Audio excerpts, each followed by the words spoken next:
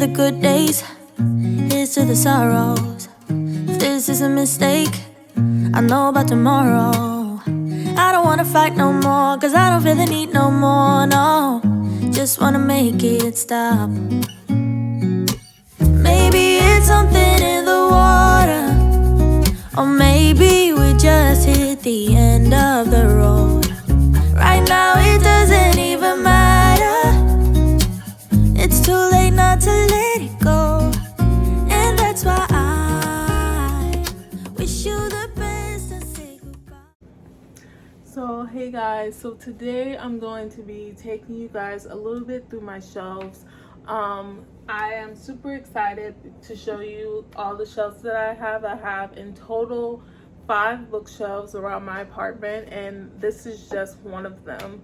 So this bookshelf doubles as a TV stand, as you can see up there.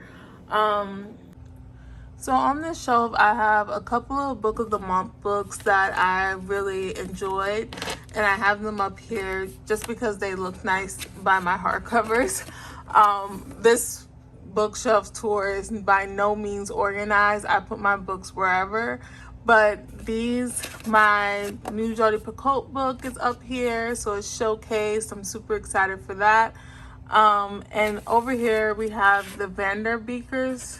I never know how to say that series. It's a middle grade series that I picked up and really loved. So that's that. Then we have Finley Donovan is Killing It, You've Reached Sam, Sisters, Wally Lambs, I Know This Much Is True. You're going to see a lot of copies of this book because it's my favorite novel ever. So I have multiple copies. Then you come over here, I have some of my partner's books on this shelf, so those aren't mine. Americana, we have one copy of Small Great Things here in paperback. I also have another copy of this one. We have The Saturday Night Ghost Club, which I haven't read. Eleanor Oliphant is Completely Fine. I haven't read that either. We have some nonfiction, Girl Interrupted, What Love Is, Quiet. I have a copy of Carrie by Stephen King. I also over here we have my favorite horror novelist, Ian Reid, who wrote I'm Thinking of Ending Things. I absolutely adore this book. It's one of my favorite horror books ever, and I just love it so much. And although I've heard people talk about I'm Thinking of Ending Things, I haven't really heard them talk about his second book, which is Foe, which is just as uncomfortable and anxious and anxiety-inducing as I'm Thinking of Ending Things. So down here we have my graphic novels shelf. I have graphic novels in different places, but this is primarily where I like to keep them. I have the compendiums for The Walking Dead, which there's one more that I need, and I have the complete set, so I'm super excited to get that. I have the compendium of Sweet Tooth, which I got for Christmas. I have 2 copies of Deadly Class, Giant Days, which I'm trying to find the others in the series for that one. So if you know any places where I can find it, let me know down in the comments. We have Friends with Boys. These are all middle grade graphic novels that I read a while back that I love and keep with me. And over here we have some of my favorite graphic novels. This one, Summer, The Prince and the Dressmaker, Bloom, The Girl from the Sea, which had beautiful art in it. Let's see if I can. Yeah, it's just gorgeous, and it's a sapphic graphic novel, which those are really hard to come by. We also have Laura Dean Keeps Breaking Up With Me, which is actually the first graphic novel I ever read. I got it after I graduated college, and I got it as a graduation gift for myself because it looked cute and I love the art style of it.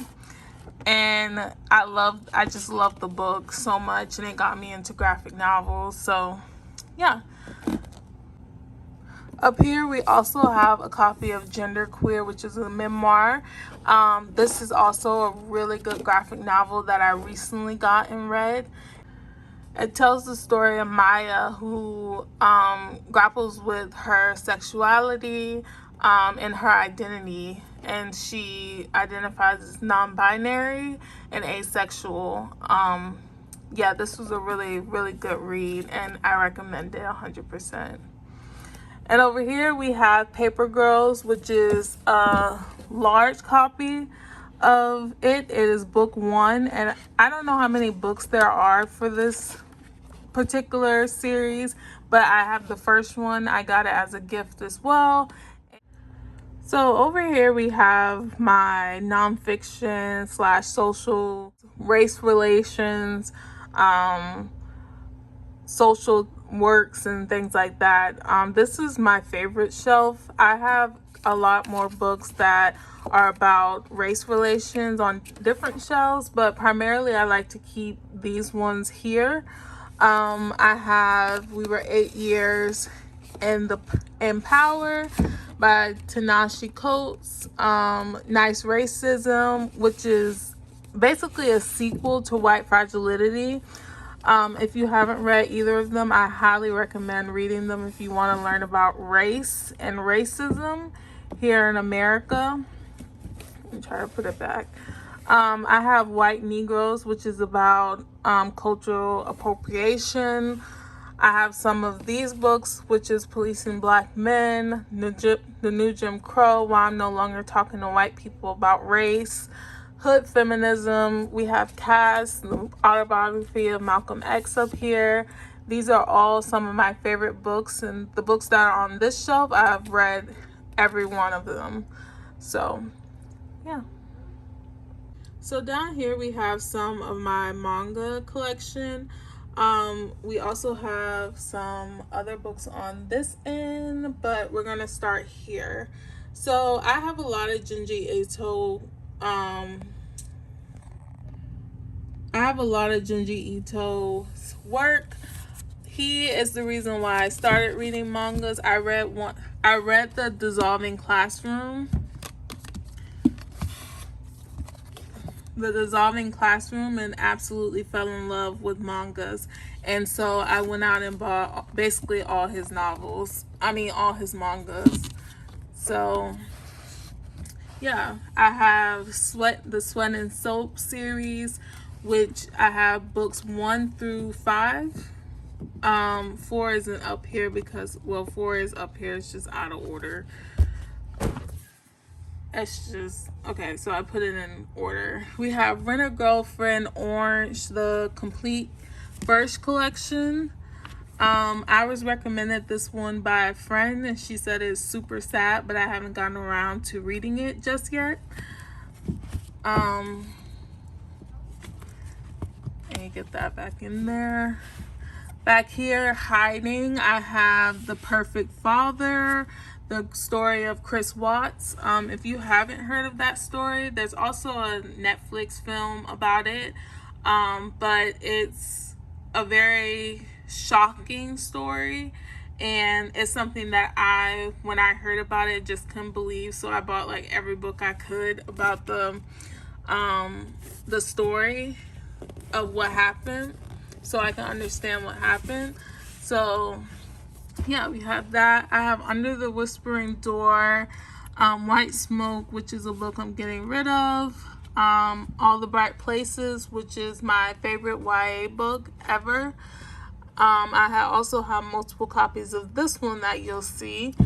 You got The Pact, which is by Jodi Picoult. Multiple copies of that because I love it. The Winter's Promise. I also have this beautiful copy of Afterlove, which has pink spray painted edges. I got this offline, but yeah, it's super pretty. Life goes up and it goes down. I know my mom taught me that. I figured why we fool around so little and we keep track of time. So this is my shelf that's by the front door. It is blue. It is gorgeous. I got it from Facebook Marketplace and I love it. So on this shelf, I have some of my newer graphic novels that I just purchased, like The Greatest Thing, Across a Field of Starlight, and The Life of Melanie. I have some more of my partner's books: The Trouble with White Women, The State Must Provide, Abolition, Me and White Supremacy, The Faces of Poverty. I have The Warmth of Other Suns. Also have Barack Obama's book, A Promised Land, which I absolutely love. The Rage of Innocence. This book is about how America criminalizes Black youth. Some more graphic novels here. Pumpkinheads, which is really good. And then we have The Grown Up Pose, which I don't know why this is up here because I'm giving that away because I don't know if I'm going to read anything else by the author, but we can leave it there for now. I have Separation Anxiety, which I'm super excited for. All's Well, and Colleen Hoover's Verity is up here, which it shouldn't be because I have a shelf for her. But anyway, so down here I have a couple other books that I want to give away, but yeah, I have What About You, I Don't Know, The Last Time Charlie Lied by Riley Sager. This is the only Riley Sager book I have. I've heard mixed reviews about him, so if you have any recommendations for books for him, let me know. I have Parkland by Dave Cullen, which tells the story of the Parkland shooting that happened on Valentine's Day. The Anonymous Girl. Me and my partner were supposed to buddy read this book, but we both hated it, so we stopped. Permanent Record. I have a book on The Bachelor, Bachelor Nation, which I'm excited for. I have some other books that I don't really know what they are. Queenie, I know what that is. Dare Me, The Push, The Perfect Nanny, and some short stories by Paul Tremblay. So down here is the shelf of books that I am giving away. I put these books down here so when people come over, if they want to take some books, they can take these because I don't like them. I also did a video on some of these books on why I don't like them particularly, but here are just a few. Something Wild by Hannah Haplin. I Love You, But I've Chosen Darkness, which I love this title, but I just didn't love the book. We have Black Enough, November 9th by Colleen Hoover. I have like 5 copies of Permanent Record and I don't know how, so that one I'm giving away. And some romance books over here. Also Love Her and Lose Her by Tessa Bailey, which might be surprising for some people because they love her, but I just couldn't get into it and I didn't like the writing style.